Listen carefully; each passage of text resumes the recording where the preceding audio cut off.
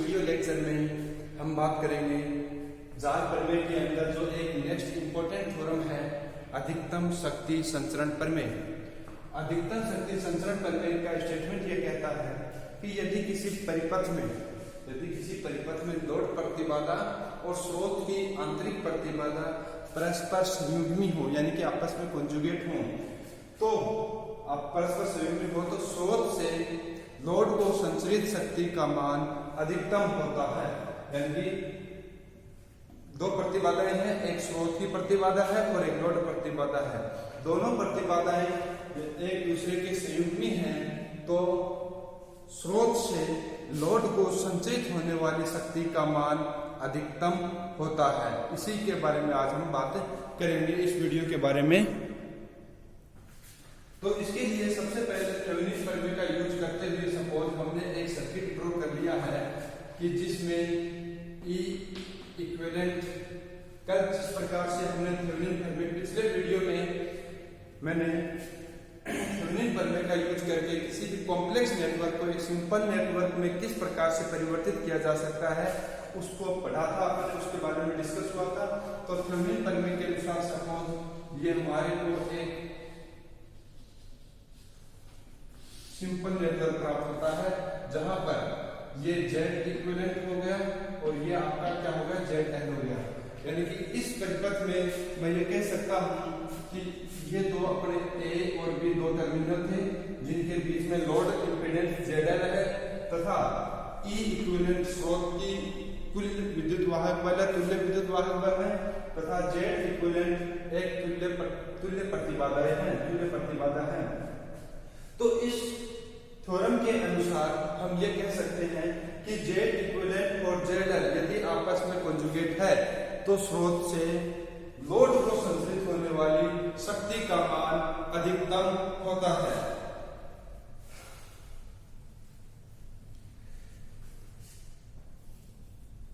अब माना कि सबसे पहले Z इक्विवेलेंट है, यहां पर इसकी वैल्यू हमने मानी R equivalent plus J X equivalent, यानी कि हमने कहा कि इसमें रेजिस्टेंस भी हो सकता है और रिएक्टेंस या इंपीडेंस भी हो सकता है। तो हमने कहा कि हम यहाँ पर ये अज्यूम कर रहे हैं कि Z इक्विवेलेंट जो कुल प्रतिबाधा है वह प्रतिरोध और इस प्रतिघात के बराबर है। इसी प्रकार तथा ZL इक्वल टू क्या हो जाएगा, RL प्लस JXL। समीकरण नंबर क्या होगी, 2। तो ये दो अपने पास जो वैल्यू थी Z इक्विवेलेंट और ZL की, उसके लिए हमने कह दिया कि ये प्रतिरोध तथा प्रतिघात से मिलकर बनी हुई है। अब अधिकतम शक्ति संचरण प्रमेय को सिद्ध करने के लिए अधिकतम शक्ति संचरण प्रमेय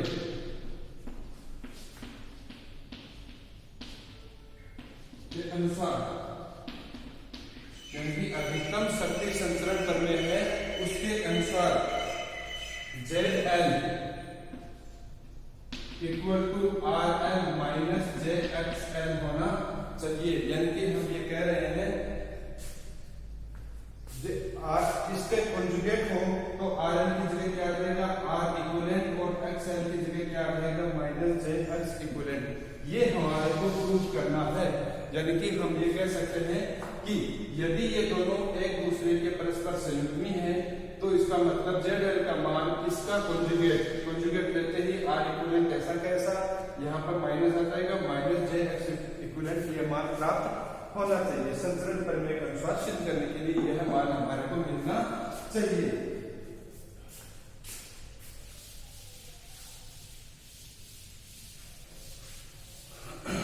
तो अब देखिए, सपोज धारा I प्रवाहित होती है, धारा यानी कि परिपथ में प्रवाहित धारा I इक्वल टू क्या हो जाएगा, E equivalent upon Z equivalent plus ZL। क्योंकि देखिए इस सर्किट में Z इक्विवेलेंट और ZL दो प्रतिरोध समीकरण में या प्रतिबाधा समीकरण में है और विद्युत वाहक बल का मान कितना है, ई इक्विवेलेंट, तो आई इक्वल टू क्या हो जाएगा E equivalent upon Z equivalent plus Z L. अब जेड इक्विवेलेंट और जेड एल का मान यदि हम रखते हैं तो क्या हो जाएगा E equivalent upon Z equivalent का मान क्या था R equivalent plus J X equivalent.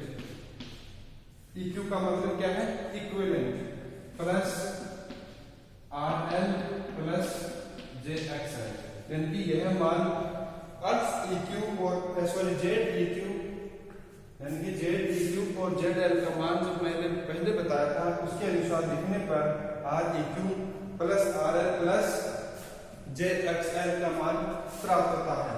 और यहां से हम ये कह सकते हैं कि I equal to E equivalent upon R equivalent plus R L plus J X equivalent plus X L, यह मान प्राप्त होता है। इसको समीकरण नंबर अभी तक हमने नहीं दिया है तो समीकरण नंबर क्या दे देंगे, इसको 1 नंबर दे देते हैं।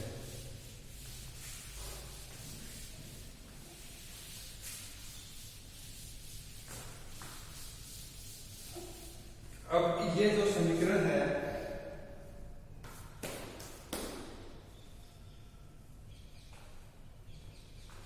ये धारा का मान आ गया, आई का मान प्राप्त होगा, धारा का मान। अब लोड जेड एल से संचरित शक्ति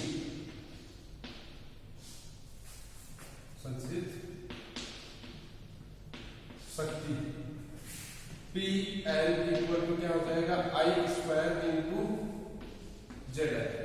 P equal to V into I होता है और P equal to I square are.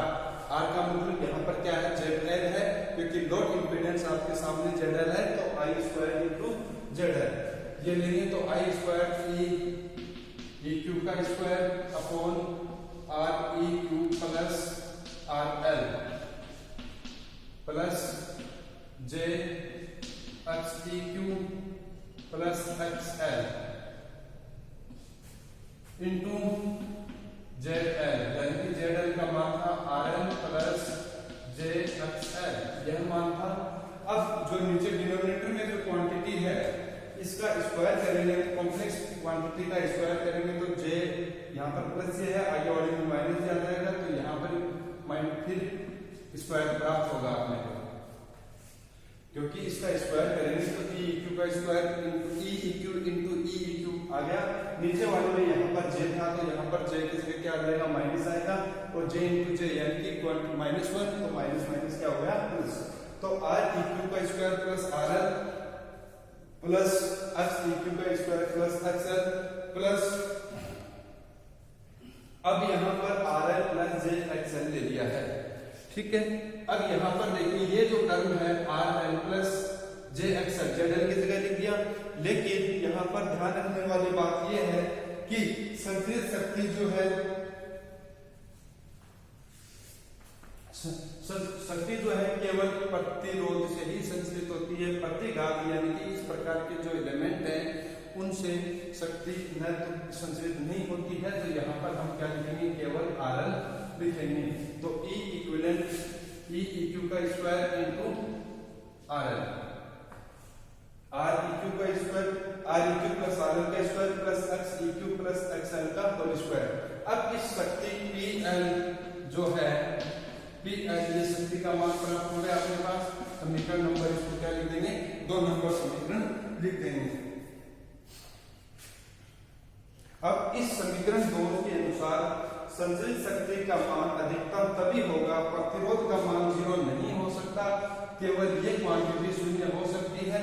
अतः अधिकतम शक्ति हेतु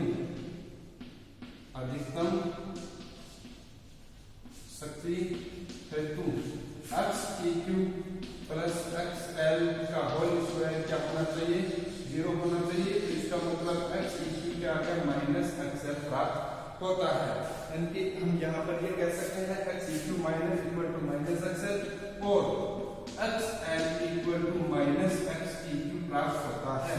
यानी कि एक्स एल जो है जेड एल जो था जेड एल इक्वल टू था R L plus J X L. अब एक्स एल का मान क्या आ गया माइनस एक्स ई क्यू आ गया है। इसका मतलब क्या हुआ, XL equal to minus XEQ का मतलब क्या होता है, मैथमेटिकली तो हमने कह दिया कि एक दूसरे के विपरीत है, यानी कि माइनस का साइन है, इसका मतलब विपरीत है। फिजिक्स में फिजिकल मीनिंग इसका ये निकलता है कि यदि XEQ ये यदि धारितीय है तो ये प्रेरणिक होना चाहिए, ये यदि प्रेरणिक है तो ये धारितीय होना चाहिए। प्रेरणिक और धारित्व का मतलब यदि दोनों एलिमेंट हैं, XEQ यदि प्रेरकत्व है तो ये धारिता होनी चाहिए, संधारित्र होना चाहिए। ये यदि धारितीय एलिमेंट है तो ये प्रेरकत्व एलिमेंट होना चाहिए। इस चीज का फिजिकल मीनिंग ये निकलता है जो मैंने आपको बताया। इस माइनस साइन मैथमेटिक्सली तो हम कह सकते हैं माइनस साइन है, लेकिन फिजिकली हम ये कहेंगे कि दोनों एक दूसरे के इस प्रकार से है कि आपस में फेज का ऑपोजिट हो है। तो ये यदि धारितीय है तो ये प्रेरकत्व है, ये यदि प्रेरकत्व है तो ये धारित्व होना चाहिए। तो अपने को प्रूव क्या करना था, ZL equal to REQ minus JXEQ prove करना था। तो देखिए ये चीज प्रूफ हो गई है, XL equal to minus XEQ आ गया है। अब RL इक्वल टू REQ अपने को प्रूफ करना है। तो उसके लिए आगे देखते हैं, यदि ये क्वांटिटी 0 है तो अधिकतम शक्ति क्या हो गई, PL इक्वल टू ये हो गई PEQ का square into RL upon REQ plus RL का होल स्क्वायर।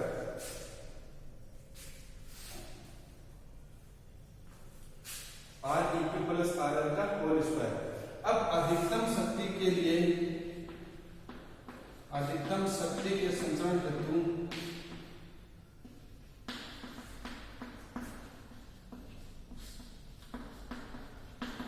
REQ को नियत रखकर, इसको REQ को क्या करना है, नियत यानी कि कांस्टेंट रखना है। RL के सापेक्ष, RL के सापेक्ष अवकलन करने पर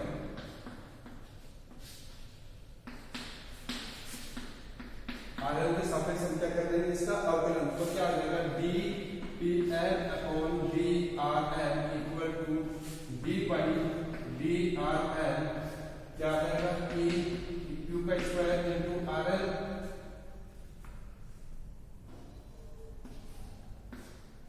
REQ प्लस RL की पावर माइनस 2।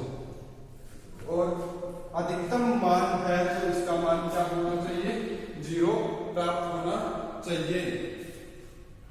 तो अब इसका अवकलन करना है। तो अवकलन के लिए हम देखते हैं,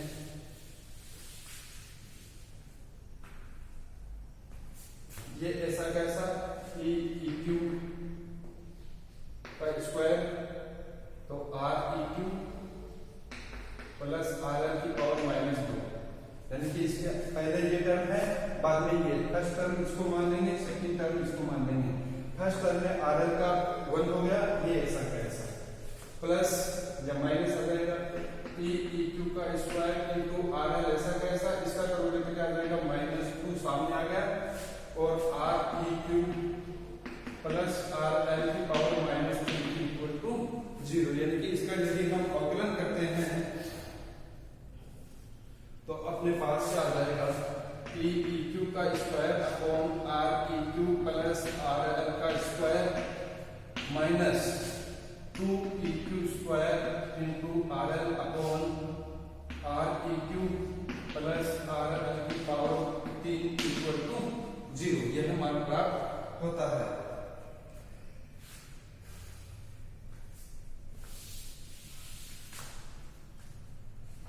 अब यहां से REQ प्लस RL का स्क्वायर इधर, इधर REQ प्लस RL का क्यूब है, तो हम क्या कहेंगे, REQ प्लस RL का क्यूब, तो एलसीएम ले लिया तो EEQ का square into REQ plus RL minus 2 RL into EQ का स्क्वायर इक्वल टू 0। तो यहां से अब